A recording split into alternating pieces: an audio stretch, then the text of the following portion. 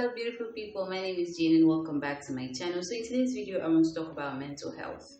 I should have put this video out a long time ago, but I've had so many things coming at me at the same time and I haven't really had time, but I'm doing it now and that's all that matters. Now if you're in Nigeria, you're very familiar with BB Niger, right? You're familiar with Big Brother Nigeria. If you're not in Nigeria, please check it out. It's the most popular Nigerian reality show. Now, some weeks ago, there was this, everybody knows the story of KV, how KV had a mental breakdown and he had to be evicted from the house and everything that happened in between. So I'm not going to get into all that. So after that, I went on social media and I was seeing a lot of posts. I was seeing a lot of people, making reference to what happened to KV, asking people to check up on their friends more often, check up on their family members more often, try to be there for people. And that got me thinking, because that's what I've always heard. Whenever things like that happen, whenever there is a case of somebody having a mental breakdown, people always make reference to check up on your family members, check up on the people that you care about, be kind to people. You don't know what people are going through, and I'm all for that. But there's another angle that we don't actually talk about most times, most of us. When the people that care about us, myself included, when the people that care about us call us or try to check up on us and they ask you, what's up, how are you doing? We often feel compelled to say, I'm fine, even when we're not fine. I know I am guilty of this and I can't be the only one. There's always that when people, maybe your family members are trying to, or even your friends are trying to ask you what's up, how are you doing, we're not that comfortable just opening up and saying it's like this or it's like that or things are scattered or mommy I'm broke or I've not eaten since, all those things.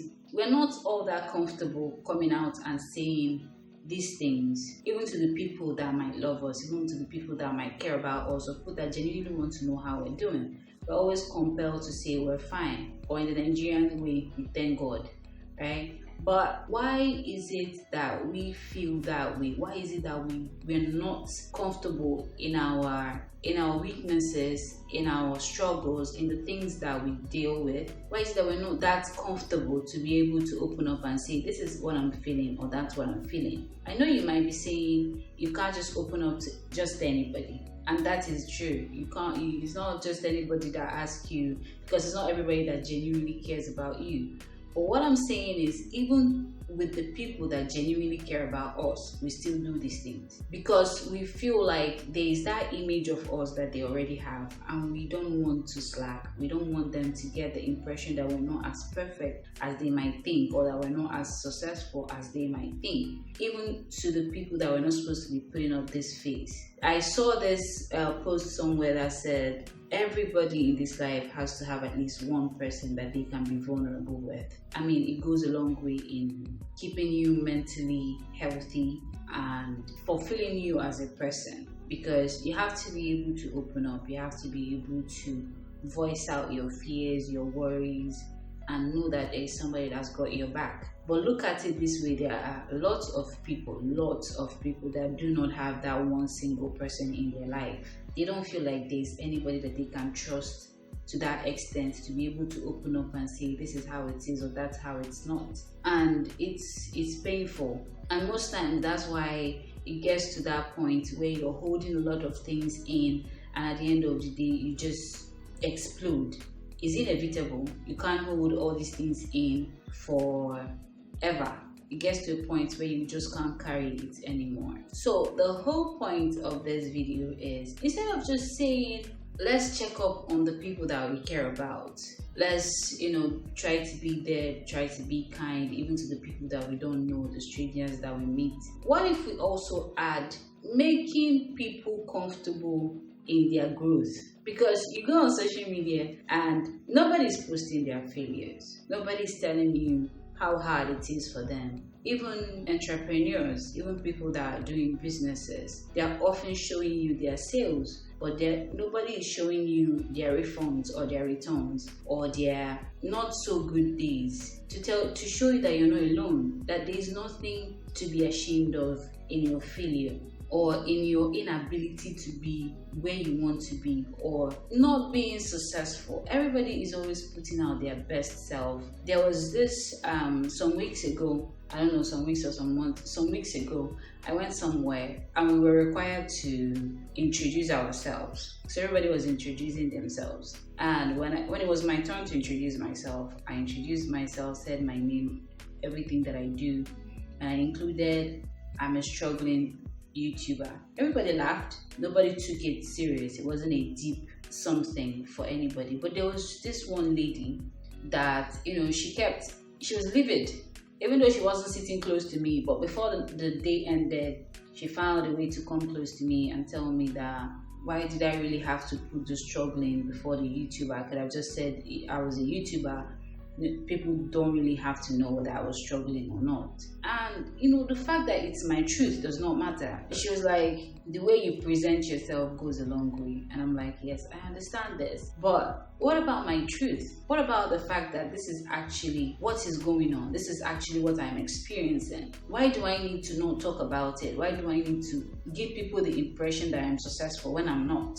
And this is something that a lot of us deal with. Even the people that want to check up on you, when they want to check up on you sometimes, they are on this high horse. Some of them want to check up on you, but they can't stop talking about themselves, their wins, where they are at in their life, doing better and all that. And it's a good thing, but at the same time, you can't come at somebody that is struggling with a perfect image and expect them to be vulnerable with you. Let me rephrase that. I read a lot of things, so I don't know where I read this, that says, if you want people to be vulnerable with you, you have to first be vulnerable with them. Some of us might be on different levels from the other person, but that doesn't mean that even that level does not have its own difficulty for you to deal with. It's not just about saying check up on people, but the way you check up on people goes a long way. Making people comfortable in their truth goes a long way. Being able to tell relatable stories, being able to present yourself in a way that lets people know that they can be vulnerable with you, that you're not going to judge them. It's not just about picking up the phone and calling out. There are so many reasons. Ask yourself today, am I somebody that when I ask somebody, how are you doing, they will feel comfortable enough to tell me how they are doing, or be compelled to tell me that they are fine? Even if they open their mouth to start telling me how they are doing, can I relate? Can I be of any help? What do I have to offer this person? Why would they feel comfortable to be vulnerable with me? The truth is, life has gotten way harder, and the pressure out here on young people to be able to achieve things at a certain age, the timeline is what drives me crazy. You're supposed to be this at this certain age, you're supposed to have done this at this certain age. I don't know who put up this timeline that we all have to live in, that we all have to follow. Notwithstanding the fact that our stories are different, our journeys are different, we're not all supposed to be the same, but there's still this unspoken, hidden timeline that we're all supposed to follow. And if you don't fit into it, if you're not in sync with it, then you're a failure. And nobody wants to fail, right? Nobody wants to fail.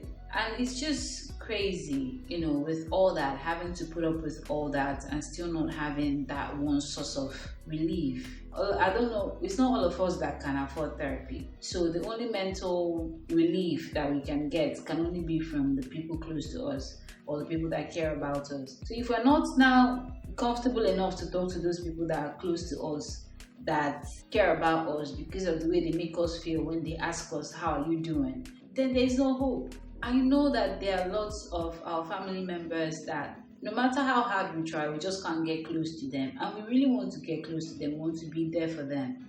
But for some reason, it's like the more we're trying to come close to them, ask them how are they doing, trying to be of help to them, the more they are closing off. And most times you don't know it's because of your approach, it's because of the way you present your case with them most times. That's why they feel the need to close up. That's why they don't feel that comfortable to be able to express themselves with you. Everybody needs it. Everybody needs at least that one person that can be their rock, that can be there for them mentally, that they can just unburden themselves with. And I know there are lots of people in your life that you wish that you can be that for them, that you wish that you can. So ask yourself today, am I that person? Is there anything about my words or my approach when I'm trying to get close to this person that makes them feel uncomfortable to be able to be themselves around me, or to be able to feel like they're not doing enough when they are close to me, or that they are not enough when they are close to me. Because that's one of the many reasons why people would close up when it comes to expressing themselves and speaking up and getting the help that they need. Because we all need help. This generation is not like we don't have most of the, should I say, opportunities or advantages that the previous generation had before us. It's a jungle out here, everybody knows that. And please, I'm still going to go back to say, check up on your people, the people you care about, your family members, your friends, even the ones that you don't talk to anymore.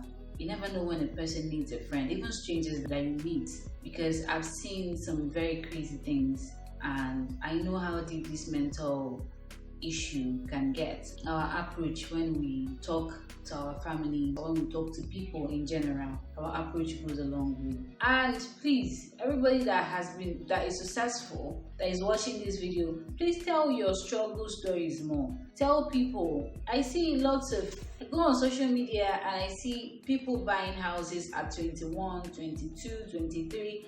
I'm happy for them. Right? But that's not the reality of a lot of us out here. But when you see your age mates buying houses, buying cars, buying all these things, you start asking yourself, is there something that I'm doing wrong? But there are also a majority of other people that had to work hard for a number of years before they were able to achieve all these things, but they don't speak up as much. We need people to also be able to tell their struggle stories, to be able to tell the real relatable stories, for other people to also be able to know that they are not left out, that this is a journey and there are levels to this, and you can only keep improving if you keep working hard at it, and not just be always putting out the perfect put together image that makes people feel like they're just not enough. There's no point. If you have not achieved it by 22, you're never going to achieve it. Just go and die, please. It's very important. So thank you guys for watching this video. Thank you so much for being here, for watching this video till the end. It's important that this message gets around. Please share it, give this video a like, and if you haven't subscribed to my channel, I really appreciate it if you will hit the red subscribe button and turn on notifications so you get notified whenever I drop a new video. And I'll see you in my next video. Bye.